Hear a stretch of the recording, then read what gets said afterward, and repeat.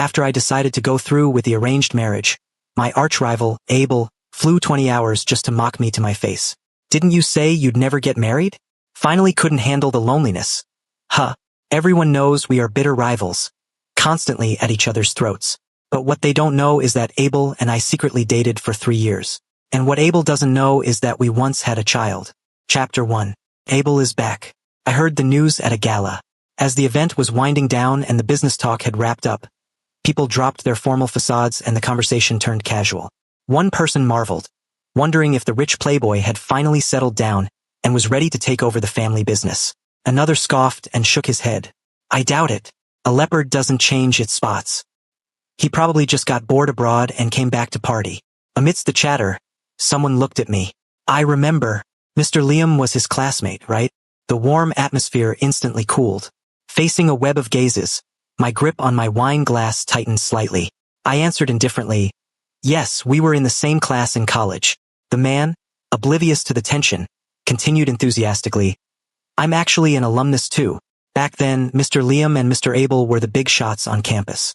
You were always together. You guys were really close. Together. Really close. The crowd fell silent, but their eyes darted back and forth in the quiet air, exchanging unspoken thoughts. The man finally realized something was off and slowed down. Someone stepped in to smooth things over and save the newcomer. That's ancient history. Like you said, it's Mr. Liam and Mr. Abel now. They aren't on the same path anymore. Seeing his awkwardness, I pursed my lips and smiled. You remember correctly. We were pretty good back then. It's true that later, for the sake of our respective stances, we became enemies who couldn't coexist. But no one knew that during the time we were close at school, and through every day and night of business warfare later, we were in love. From mutual secret crushes to confessing our feelings. Abel and I dated in secret for 3 years. Even though those 3 years were spent in the shadows, we were serious about it. I was the one who initiated the breakup. He flew abroad without a word and hadn't been heard from since. It's been 5 years. Why did he come back? The banquet ended, and I headed home. The driver drove steadily the whole way, but as we neared the house, he rarely honked the horn and muttered something. I was resting my eyes, startled by the honk. I instinctively pressed my hand to my forehead and frowned. I shouldn't have drunk that last glass of wine. I drank it too fast to suppress the emotions churning inside me, and now my head was throbbing. I had a conference call across time zones tomorrow morning, a pile of work waiting, a meeting with grandfather's attending physician. My head hurt more and more. The car remained stopped for a long time. The driver sounded hesitant. Sir, someone is blocking the gate and won't let us in. Should I call security? Hearing this, I opened my eyes, my hand pausing on my forehead. It was strange. It was like a scene I had dreamed of one night. The main character of the gossip from earlier, the person I had suppressed all thoughts of during the ride, was right there at my front gate. The headlights were blinding, making the view look like an overexposed old photograph. Abel was wearing a white t-shirt and a black jacket, sitting on a suitcase with his legs crossed. His posture was casual and loose, his expression blurry in the light. My thoughts blurred along with him. Sir, the driver was still waiting for my order. I stared at that suitcase. 5 years ago, Abel had used it to pack away everything in the house related to him. The wheels had made a loud noise on the stone path in the front yard. He hadn't looked back once. Drive right in. Ha! The driver glanced at the rearview mirror in shock. Seeing my calm face, he hurriedly nodded. Yes, sir. The engine hummed low. The bumper almost touched his legs. But he didn't flinch. As we got closer, the blinding white beams shifted down, and I could finally see his face clearly. He was smiling. The smile was no different from 5 years ago. Careless, reckless, yet hiding a sharp edge. Because of that, I knew he wouldn't move. There was no point in a standoff. Not wanting to put the driver in a tough spot, I opened the car door. Thanks for your hard work today. Get some rest. As the last syllable fell, my eyes met Abel's. What should be the first thing you say after a long reunion? Long time no see? How have you been? Did you miss me? None of the above. Abel watched me with a smirk for a good while before slowly standing up straight. Liam, I heard you're getting married.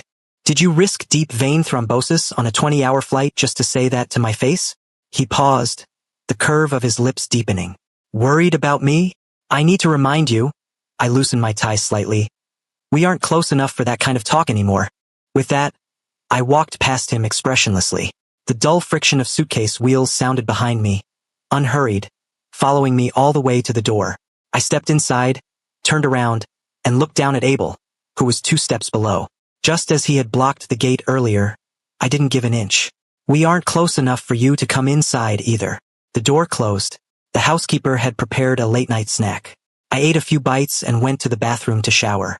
My mind was deliberately blank, so when I walked out and saw Abel leaning against the wall, my reaction was delayed by several beats. I didn't think anyone in the house would let him in. The only way he could be standing in front of me now was, "You haven't changed the passcode in all these years." Lazy or sentimental. I had used that password for years. The muscle memory of pressing each number was so ingrained that I had almost forgotten its original meaning. The day he first marked me. "Thanks for the reminder. I'll change it in a bit."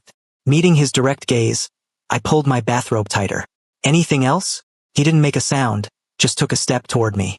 I immediately dropped my expression and lowered my voice. "Don't tell me Mr. Abel isn't here to physically remind me of security risks, but simply to break and enter like a thug?" Abel stopped in front of me, dropping his cynical tone. "Liam, there's no one else here. You don't need to have thorns in your words. You know there's no one else here. Is it appropriate to show up at your ex-boyfriend's house in the middle of the night?" "It is inappropriate." His light-colored eyes locked onto me unblinkingly. After a long silence, his lips hooked up in a smile that wasn't quite a smile. "But ex-boyfriend, I left something here. You need to give it back." When he left back then, he took everything. The clothes we bought together were cut in half, the cups were smashed until only the handles remained, and the appliances were stripped of their plugs. Luckily, we didn't have pets, and we didn't have the baby. He made the break so clean. It was laughable for him to claim he left something behind now. "There is nothing of yours here anymore." "Yes, there is. You still owe me." Abel leaned in close, lowering his voice. His hot breath hit the shell of my ear, punctuating every word. "Breakup sex." My scalp tingled. I stared at him in disbelief. "Are you crazy? What kind of nonsense is that?" "Nonsense?" He scoffed and stood up straight. "Who's the one talking nonsense? Who blindsided me with a breakup the night I proposed? Swore he would never get married in this lifetime, and is now, what? Finally unable to handle the loneliness. Chapter 2. Abel probably came straight to my house from the airport. He hadn't had a chance to adjust to the jet lag, and he looked awful. As his chest rose and fell, his breathing was uncontrollably heavy. Matched wealth, no fertility issues. "Ha! Liam, your requirements for a marriage partner are just 9 words. This was the list of conditions I gave to the professional matchmaker when looking for a suitable arranged marriage partner. It had long since spread through the circle, so it was no surprise he knew. It was a bit simple, yes, but given grandfather's health, I couldn't afford to take my time and be picky. I didn't want his last wish to go unfulfilled, leaving him with regrets at the end. Abel didn't need to know any of this, but my silence seemed to provoke him. "If you're that desperate, why not come to me? Is there really anyone who knows how to make you feel good better than I do?"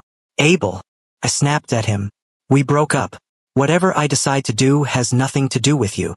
"Oh," he wouldn't let it go, aggressive and relentless. "Has it? Is there really someone like that?" Suddenly, my lower back was seized. Before I could break free, his palm had already climbed up my spine and quickly pressed a specific spot on my shoulder blade. "Here." Abel increased the pressure through my bathrobe, his eyes red as he interrogated me. "Has anyone else touched it?" There was a small mole there, a sensitive spot for me. When we were intimate, Abel loved to kiss that mole, pushing me to my limit, then blocking my release at the last second, watching me cry and beg for mercy. The scent of black iris began to permeate the air. The moment I smelled it, a shockwave hit deep inside my body, stirring up layer upon layer of crashing waves. Abel's pheromones. It had been so long. The reaction was so intense my willpower almost crumbled. "Calm down." I took a deep breath, gritted my teeth, and pushed him away. "If you want an explanation, I can apologize." "I'm sorry, Abel. I went back on my word. I said I'd rather die than get married, but now I really am going to." "Happy?" As the last word fell, I raised my hand and swept a potted plant by the bathroom door to the floor. Crash. A loud noise. The butler, hearing the commotion, arrived late. The moment he saw it was Abel, he whipped his head around and rushed downstairs to call for backup. He had witnessed how ugly our breakup was. Every servant in this house had. Soon, hurried footsteps echoed from the stairs. Abel took a step back, a hint of mockery in his smile. He was tall and lean, his physique even more robust than 5 years ago. The arm that had circled my waist was powerful and solid. But in this moment, he looked like he was about to crumble. Do you think I traveled all this way without sleep or rest? Rushing straight to find you? Just to get an explanation? I froze, inexplicably looking away, and repeated softly. I'm sorry. Go back and get some rest early. I'm very tired too, and I have an important meeting tomorrow, so I won't see you out. Abel scoffed. I'm already standing right here. How much more important can it be? I didn't understand the meaning of his last sentence until the next day. The foreign company we had been working with for nearly 5 years, the real boss turned out to be Abel. The conference room exploded with chatter instantly, but he turned a blind eye, walking calmly over to sit beside me. Long time no see, Mr. Liam. His smile was bright, carrying a trace of his old arrogance. I had only fallen asleep in the latter half of the night thanks to sleeping pills, so I was still a bit groggy. On the surface, I maintained my usual aloofness, but inside, I was in chaos. Abel gave a brief self-introduction and began to lead the meeting. After a night to cool down, he had reined in all his out-of-control emotions. His gaze was sharp now, his presence both familiar and strange. How could it be him? This partnership had opened new fields for the company, mitigated international trade risks, and most importantly, saved the family when we were on the brink of bankruptcy. I had always cherished this opportunity, but how could it be him? I tried hard to recall snippets from the past 5 years, never turning on the camera for video conferences, the punctual birthday emails, the sudden mention during a meeting that, it's snowing in your city. Suddenly, a warm hand covered my thigh, rubbing gently. I snapped back to reality, my body instantly tense. Abel was looking intently at the big screen, occasionally nodding in response, but his hand didn't move. Such a big reaction. Your acting has gotten worse. After the meeting, he blocked me at the door of my office. Considering the prying eyes in the company, I had no choice but to let him in. He looked around, walking slowly toward my desk. Did you see?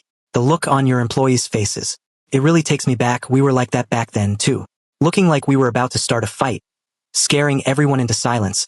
But then that night you'd be lying on top of me, unable to even catch your breath. He turned at the desk, raising an eyebrow at me. I clenched my hands at my sides. Stop bringing up the past. Click. It was the sound of a tally counter. I frowned and walked over. Don't touch my things. Abel dodged my hand. 997. What does it mean? Nothing special.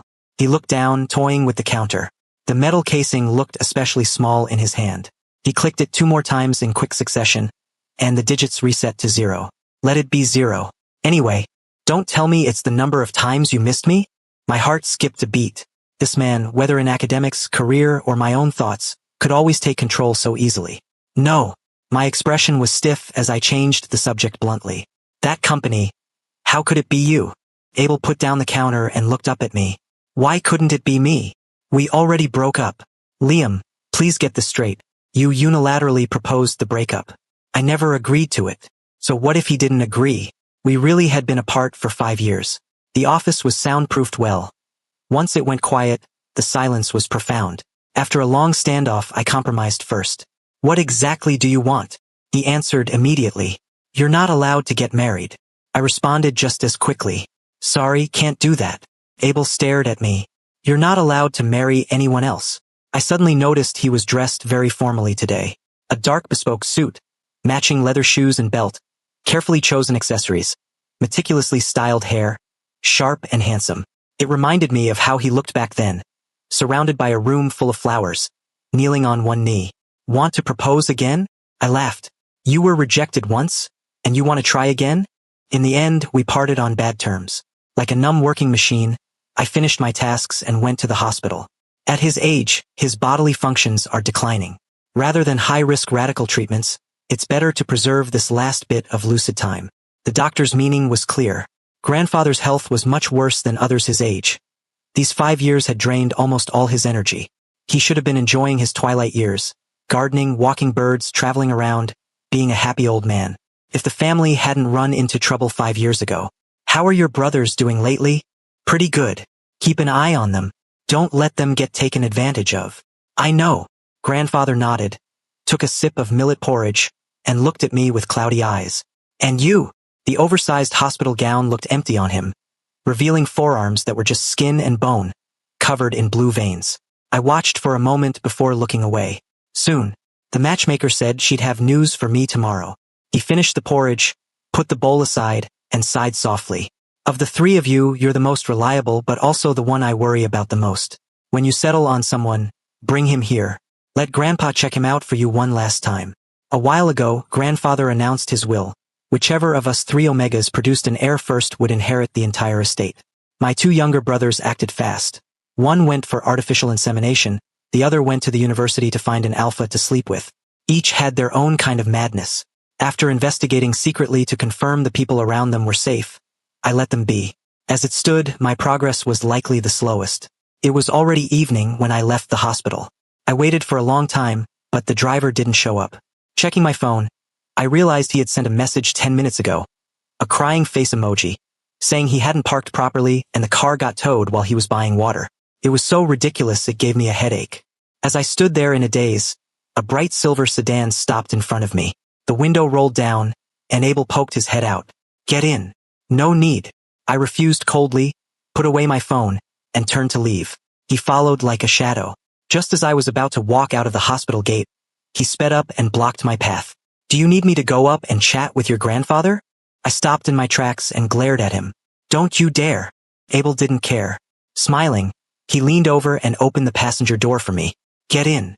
He was blocking the exit, and the traffic behind him started honking impatiently. I closed my eyes, pulled the door open, and got in. Don't disturb him.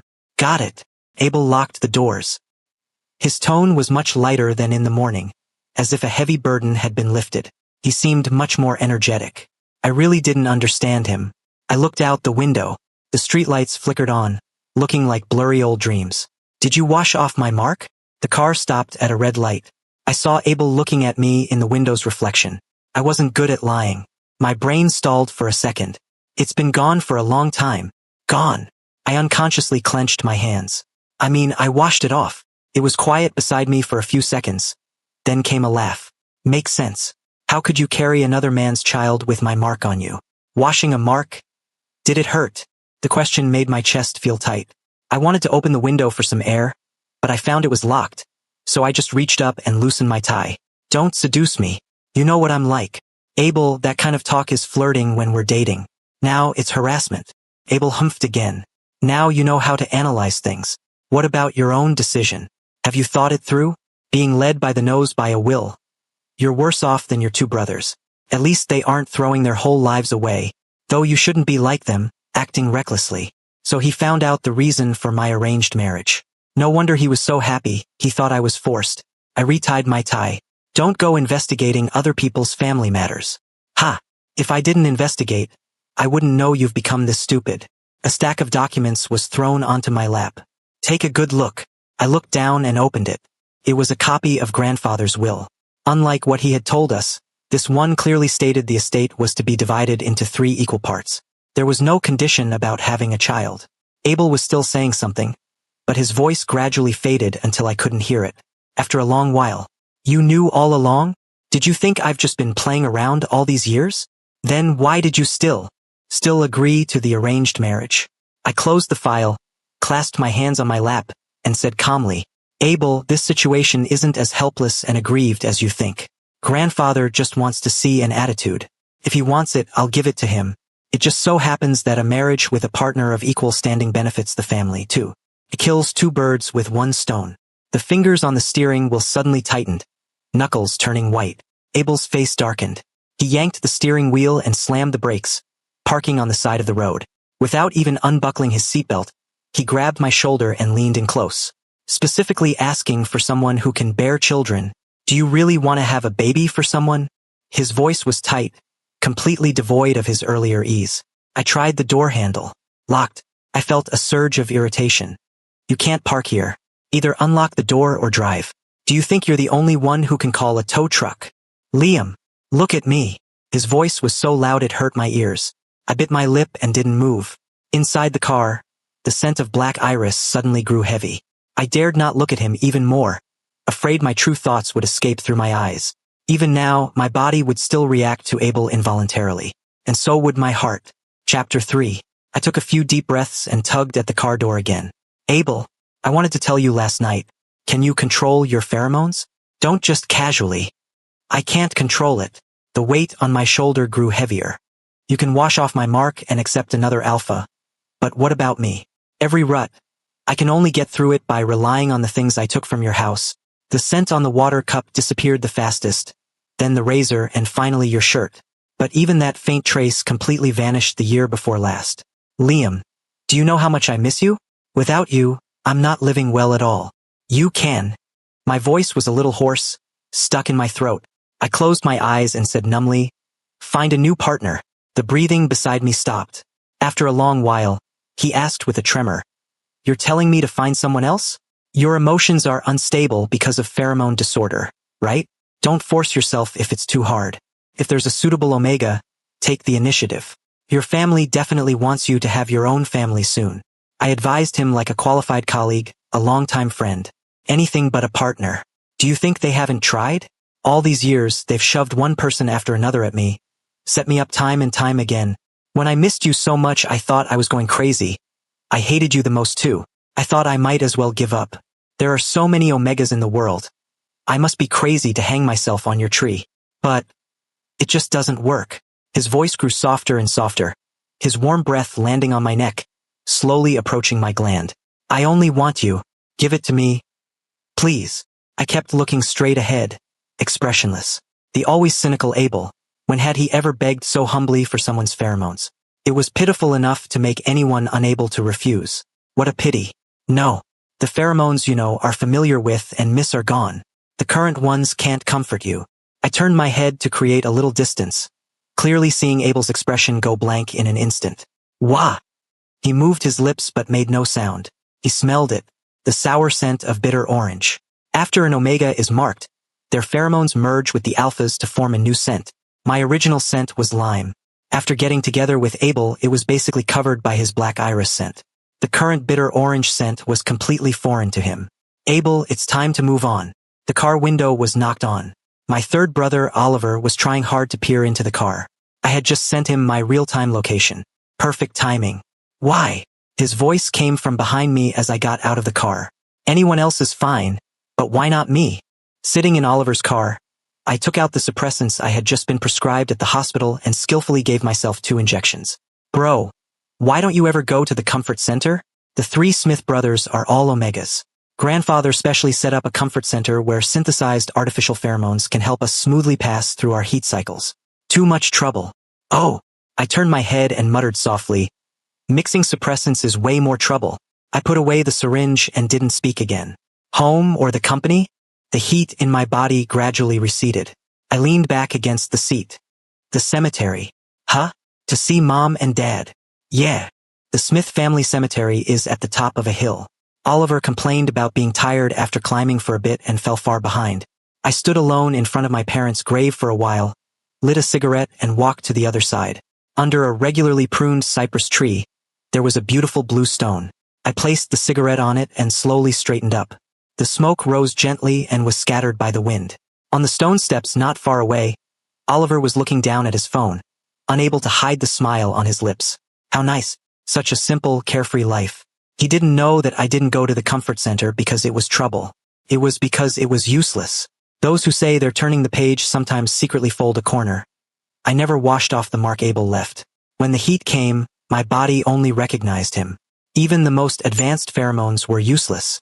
Abel would never guess there was another possibility for the sudden change in an Omega's pheromone scent. Pregnancy and then miscarriage. I looked at the small mound of earth behind the blue stone. It was inconspicuous. Buried there was a secret that never took form. The cigarette was almost burned to the end. I picked it up and took a drag. The taste of tobacco drilled into my lungs, spreading a numb bitterness. I wanted to ask too. Why couldn't it be me? Since I was young, I was calm and self-disciplined, following the rules. Abel was my belated rebellion. We went to bed the day we defined the relationship, and he permanently marked me the first time. We both knew clearly that the Brown family and the Smith family had a blood feud going back 3 generations.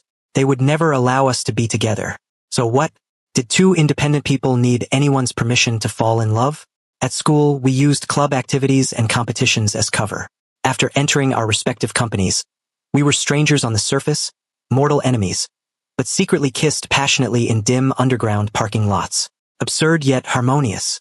We seem like that couple, Romeo and Juliet. Once, After the act, Abel suddenly sighed. I didn't even have the strength to roll my eyes at him. Can you think of something positive? Did those two have a happy ending? As if his words were a prophecy, misfortune came quickly. My adventurous parents died in a tsunami. My third brother, due to excessive grief, had an abnormal presentation and almost became an invalid. Suddenly, the once powerful Smith family became a piece of fat meat everyone wanted a bite of. Those with new grudges and old hatreds, the ambitious ones, the ones friendly on the surface but harboring evil intentions, they all surrounded us. Broken capital chains, supply problems, sky-high liquidated damages, new troubles popped up every day. Grandfather and I were forced to take charge. So busy we didn't even have time to eat. Abel couldn't help me openly, only secretly providing aid. Soon his family came knocking, with a group of elite lawyers and bodyguards. I stood alone in the middle, facing so many gazes and hearing so many nasty words, yet I could still smile. Can't be helped. Your son loves me. Abel loved me. I had no doubt about that. Family opposition was never our obstacle. I always thought knowing that was enough. But that time, an important project negotiation coincided with Abel's rut. I didn't have time to help him vent in the room, so I let him rely on suppressants for a few days. He clung to me. You haven't slept for days. Just let me hold you for a while. I won't mess with you. I softened and agreed, on the condition that he wake me at 6 a.m. He indeed didn't mess with me, but he didn't wake me either. When I woke up in his arms, I had already missed the negotiation time. The project we were determined to win eventually fell into the hands of the Brown family. Abel was very uneasy, apologizing constantly, saying he would compensate for my loss. I didn't say anything. After all, his intentions were good. He wanted me to rest well, but my heart sank. That was the first time I realized there was a gap between us. Abel loved me, but he only loved me. If we switched places, no matter how tired or hard-pressed he was, I would have dragged him up and pinned him to the negotiation table. I couldn't only love him. The teetering Smith family, the brother who couldn't stand on his own yet, the elderly grandfather. I couldn't let go of any of them. During that time, I was battered and exhausted, physically and mentally, yet I often felt happy. I felt happy, but I always felt like something was slipping away. I didn't dare think about it carefully, nor could I. One morning, I had a strange dream and vaguely felt we might be in trouble. I secretly went to the hospital. The report confirmed my guess. There was a little life in my stomach. I couldn't remember which time we hadn't taken precautions. The pressure was too great during that time, and we did it so often it was crazy. Most memories were blurry. That morning, I sat in the hospital corridor holding the report, thinking seriously for a long time for the first time. Finally, I decided this child came at the wrong time and shouldn't be kept. I knew very well that if I told Abel, he would definitely pick me up and spin me around in joy, not even considering whether we should keep it. He was a thorough romantic, just like his pheromones. He never considered the reality before him. Even if a family of 3 slept under a bridge, he would think it was happiness. So I suppressed the news and turned into the operating room. That afternoon, I returned to the company and presided over work as if nothing had happened. In the dead of night, I sat alone in the office, covering my lower abdomen in a daze. Long-term partners were provoked by the Brown family and terminated cooperation. Raw materials from the factory were maliciously intercepted by the Brown family, making normal production and delivery impossible. Problems piled up, suffocating me. I was like I was on a sinking ship, helpless. Abel's video call was like a lifeboat. My chest rose and fell a few times before I pressed the answer button. It was noisy on the other end. Liam, are you still at the company? Why aren't the lights on? Look who I'm with. It was our college friends. The few people who knew about my relationship with Abel. They were having a late-night snack together, everyone laughing happily. Should I come pick you up? The boxed meal on your desk must be cold. Don't eat it. The lifeboat slowly drifted away. When I went home the next day, I realized belatedly what their gathering was preparing for. A room full of flowers, and Abel kneeling on one knee in a formal suit. Liam, marry me. Abel, let's break up. Chapter 4. The professional matchmaker sent a message.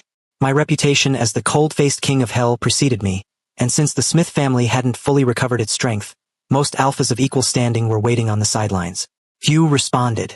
Only a few young up-and-comers were willing to consider it. Flipping through the profiles sent over, I was surprised to find that reckless young man from the banquet. Mason, a beta. Tapping my finger lightly on the desk, after a moment's thought, I replied briefly. Set up a meeting with Mason for me. He was 2 years younger than me and hadn't been running his family business for long. His face still carried an innocence that hadn't been worn down by the business world. Did your family arrange this? Do you have someone you like? Do you know what an arranged marriage is? Mason was stunned by my barrage of questions. After a long while, he stammered, "It was my own idea. I like." He glanced at me and blushed. "Actually, I wanted to talk to you at the banquet last time, but I messed it up. I'm sorry." My heart sank. He wasn't the person I needed. I gave him a reasonably gentle smile. "Let's eat first."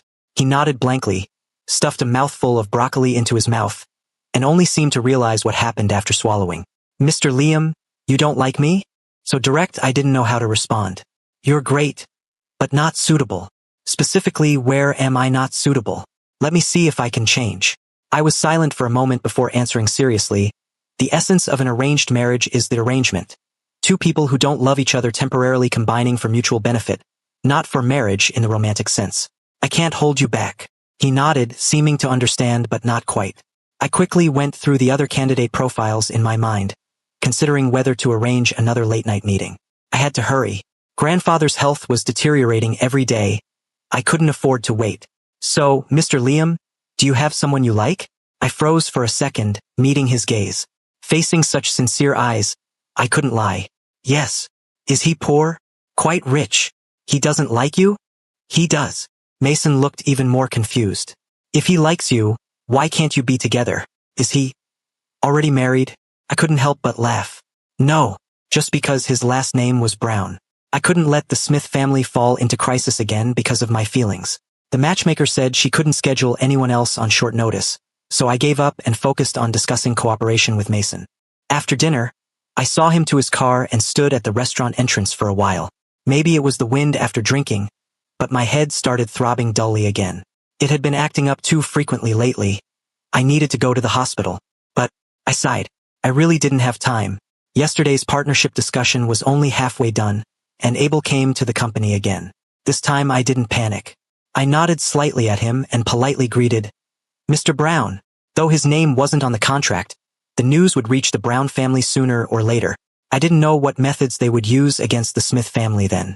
Once this quarter's cooperation ended, I had to find a way to seek new opportunities. I raised my hand to press my temple. Just as I rubbed it once, the phone on the desk suddenly vibrated. "Mr. Liam, I thought about it all night. I think arrangement and marriage can exist simultaneously." Another message followed. "It's okay if you don't like me for now. Feelings can be nurtured slowly." Sensing the gaze beside me, I placed my phone face down on the table and looked up at the projection screen. After the long meeting ended, to avoid being blocked by Abel at the door again, I hurriedly packed my things, preparing to leave as quickly as possible. A hand reached out in front of me, blocking my path. Happy cooperation. Everyone in the conference room looked over. Their faces showed undisguised excitement at the show. I gave a cold glance at Oliver, who was grinning the widest, and slowly raised my hand to shake his. Palms touched. Happy cooperation. Once again, Abel successfully followed me into my office. "When do you plan to go back?" "Back abroad, back to the Brown family, anywhere but hovering around me." "Are you not feeling well?" I paused, picked up my water cup, and took a sip. No, the water in the cup was gone, but Abel was still staring at me. "Do you have anything else?" "He's not suitable for you." A sharp pain shot through my head. I lifted my hand to rub it, realized Abel was watching, and put it back down. Stalking me? I was eating with family and happened to see. "Oh, so he went home. That's good." Back then, he unilaterally decided to cut ties and moved into my house, then went abroad without a word. After going in a circle, he still went home. He wanted to get close to you back in college. I had someone warn him a few times, and he got scared off. A weak coward, he won't achieve anything big. Speaking ill of people behind their backs isn't honorable either. I put down the cup and pressed against the edge of the desk for support. At least he's better than someone thick-skinned who keeps pestering endlessly. Abel was choked by my words, pursing his lips tightly. Truly thick-skinned. I had made it very clear, rejected him so many times, yet he still pressed on step by step. I subconsciously glanced back. The desk. Nowhere to retreat. I really picked a great spot for myself. Abel's gaze locked tightly onto me. He leaned forward slightly, his breath getting closer. "What are you doing?" Behind me came a series of clicks.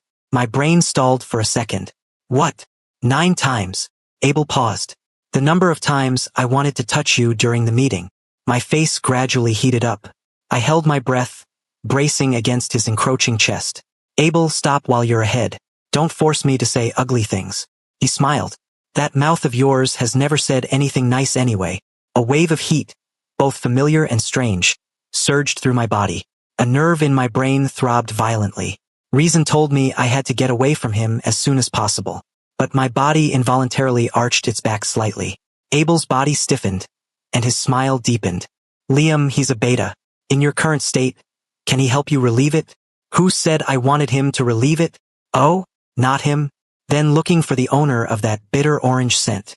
I bit my lip and turned to look at the call button on the other side of the desk.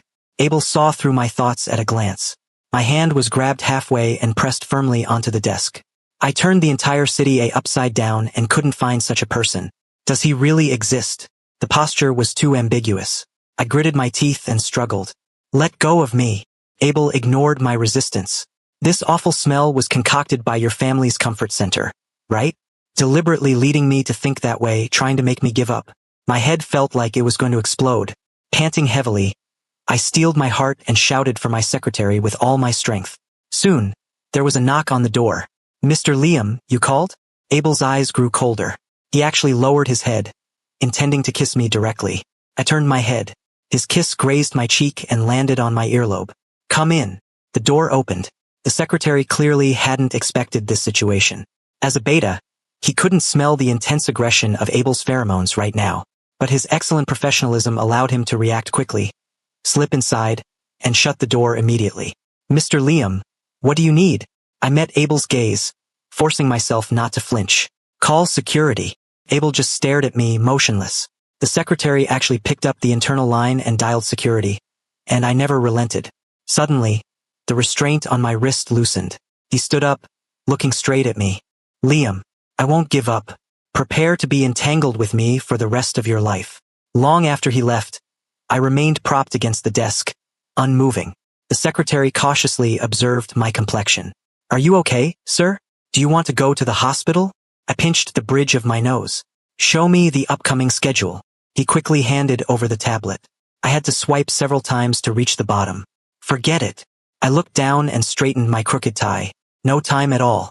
After running nonstop for a few days, Abel, true to his word, appeared by my side at every possible opportunity. Mason sent a message late one night. Is the person Mr. Liam likes Mr. Abel?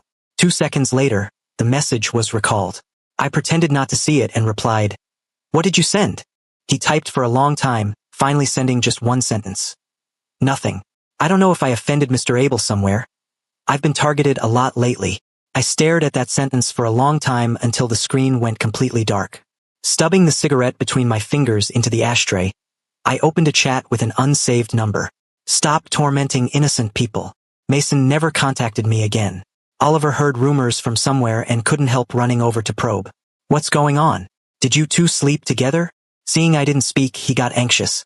Then hurry up and sleep with him again. If you don't hurry, the inheritance will all be mine.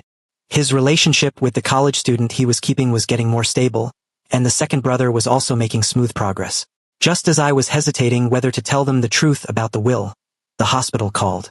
Grandfather's condition had worsened. He had very few lucid moments in a day now. He looked at me, his eyes full of expectation. But I was speechless, afraid to step forward. I was the only one left. Even at a time like this, I was still making him worry. After sending away everyone who came to visit, my head was splitting, and I could barely stand. The secretary was terrified by my pale face and urgently canceled all subsequent arrangements. The examination results came out quickly. Widowhood syndrome. This condition is common in omegas who have lost their alpha. When a bonded mark goes without the alpha's soothing for a long time, it leads to cognitive impairment and turns into abnormal aggression against oneself. The treatment is simple. Either obtain the marker's pheromones again or wash off the mark directly. No need to think at all. The mark removal surgery was scheduled for 3 days later. I went home with painkillers and sat alone in the dark bedroom until late at night. In the end, I laughed out loud abruptly. Alone. So useless. Liam. Even though I tried my absolute best, I still couldn't keep anything. Chapter 5. At the investors' dinner, I saw Abel again. Just as I expected, He was working the room with ease in his capacity as the eldest son of the Brown family. When our gazes met, I turned away immediately. Though I was too far to hear clearly, I could sense the conversation around me shift. I didn't need to guess. It was the same old cliché about how the Smith family was destined to fall into ruin in the hands of those three Omegas. I felt nothing. Expressionless, I scanned the venue for anyone I knew. Mason was standing by the dessert tower in the corner. I'd barely taken a few steps toward him when he nervously turned and walked away without looking back. I stopped, finding it almost laughable. After a moment, a man walked over. "Mr. Liam, I sent you my profile. Why haven't you contacted me?" I turned. It was a man I didn't know well. He was one of the few alphas who had responded to me. A high school bully who showed no remorse after his family cleaned up his mess, who harassed strangers on the street and dragged them into alleys when rejected. A typical lawless rich kid. I did need a marriage partner, but if I chose someone like him, grandfather would never rest in peace. I raised my glass with a faint smile. "I'm currently in talks with someone. I really can't afford the distraction right now." "Oh? Who's the lucky guy?" His words were polite, but his tone was dripping with mockery. I glanced at my secretary, who immediately stepped in to extricate me. Even after walking a fair distance, I could still feel his gaze boring into my back.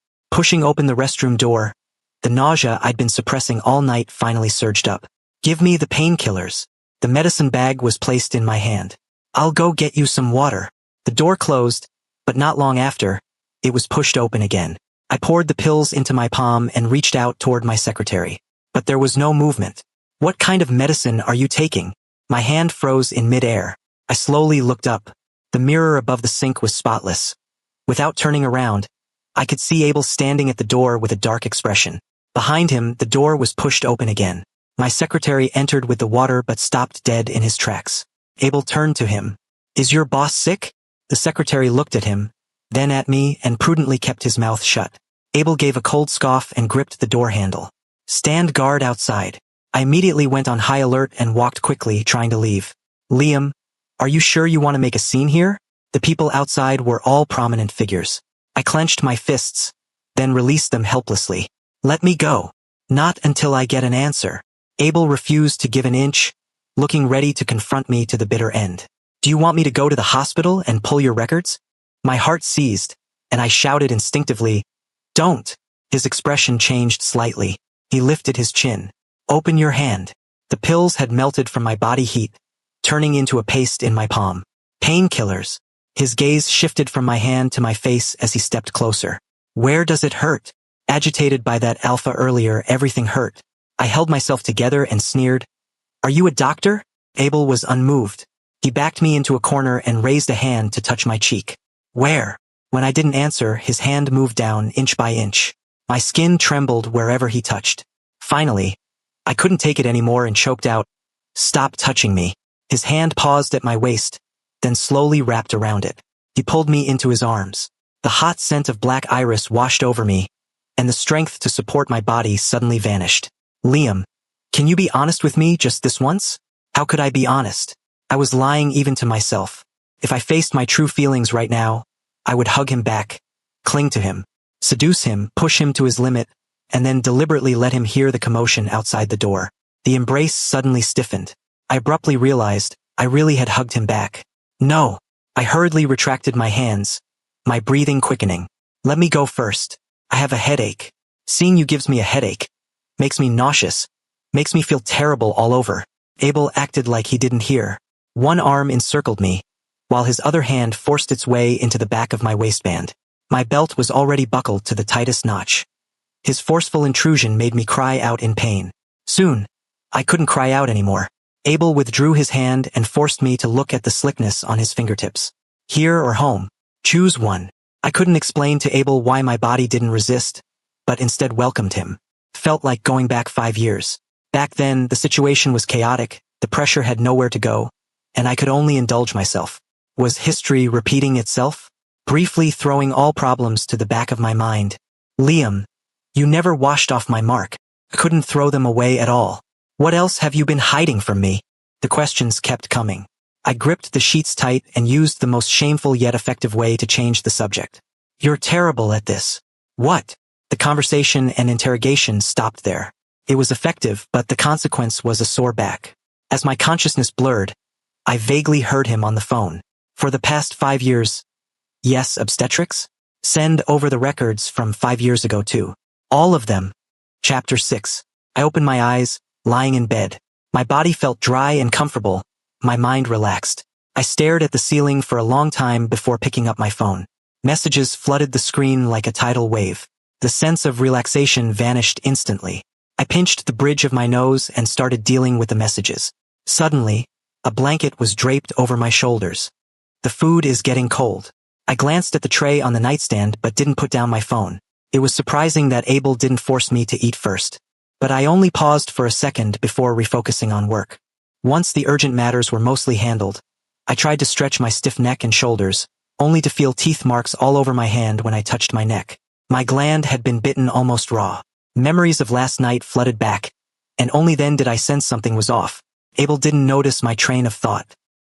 He lit a cigarette and asked calmly, "Does the Smith family belong to you alone?"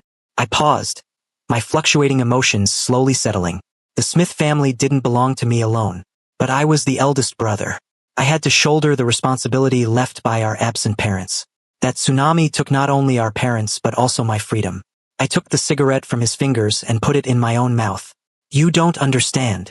Teach me. I want to understand." The smoke became a bit choking. I stubbed it out on the table in disgust. "Terrible.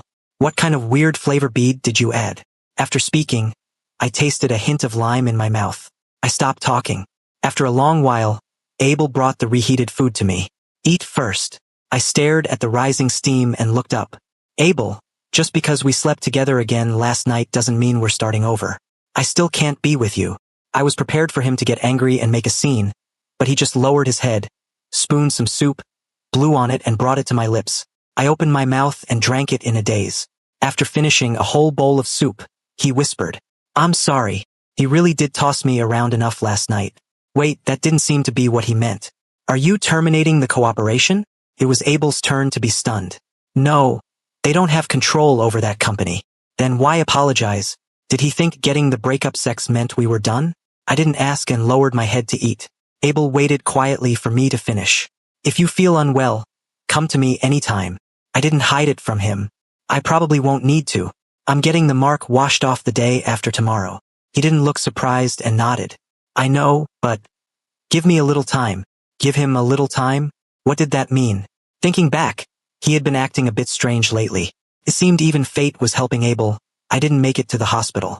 I fell ill. Maybe it was because I had been pushing myself too hard day after day, keeping my nerves too tight. The moment I suddenly relaxed, all sorts of ailments came crashing down.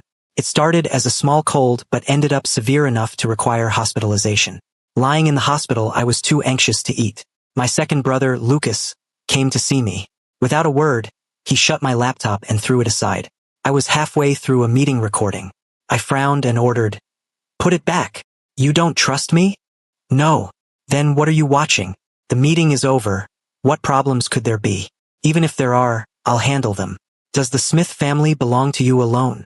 The same words. I didn't want to explain to Abel, but with Lucas, I was afraid he'd misunderstand. "I never thought that.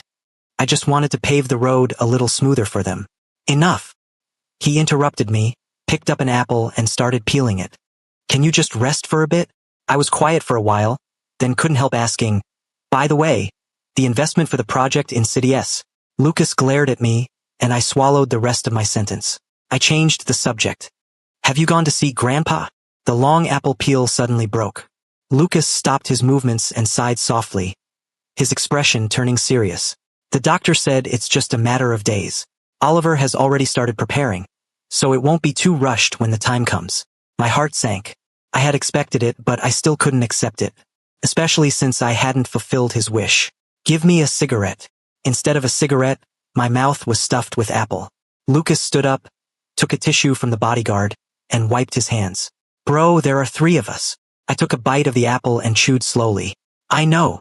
In the future, there might be 6 of us or even more. Don't carry it all alone.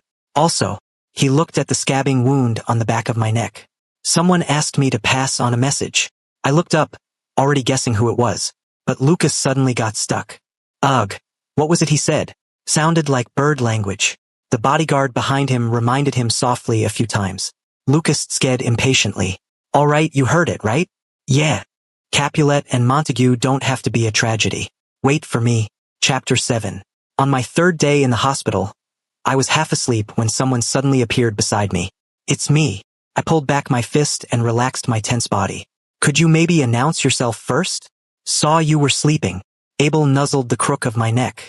Don't push me away. I felt something was off and placed my hand on his chest.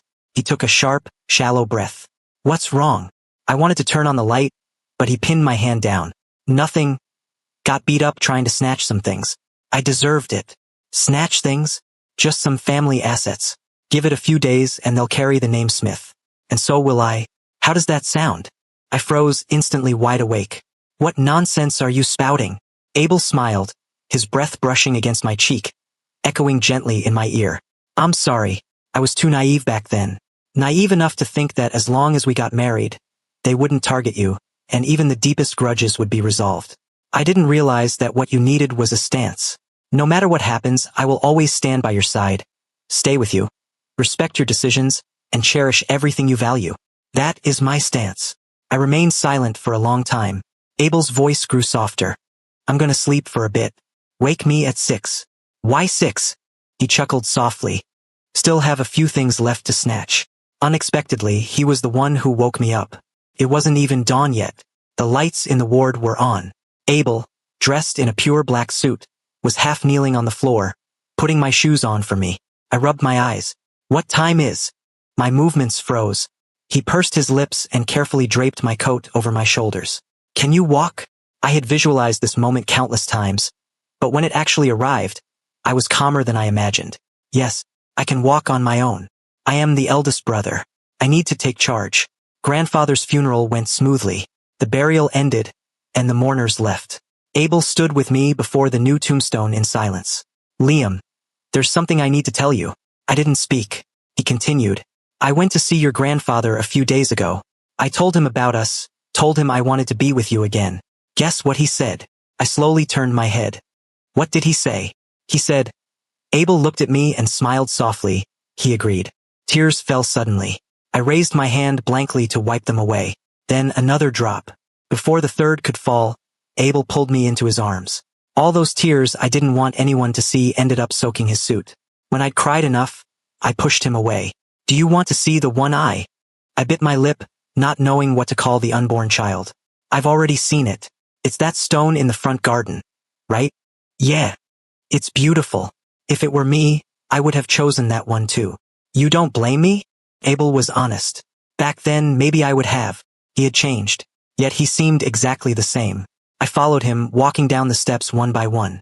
Lucas, who had returned to the company first, called. The Brown family took advantage of the chaos. They snatched one of our major projects. Abel stopped and extended his hand to me. I walked down 2 steps and placed my hand in his palm. Let's go take it back. If you enjoyed this story, remember to subscribe to my channel. Thank you so much.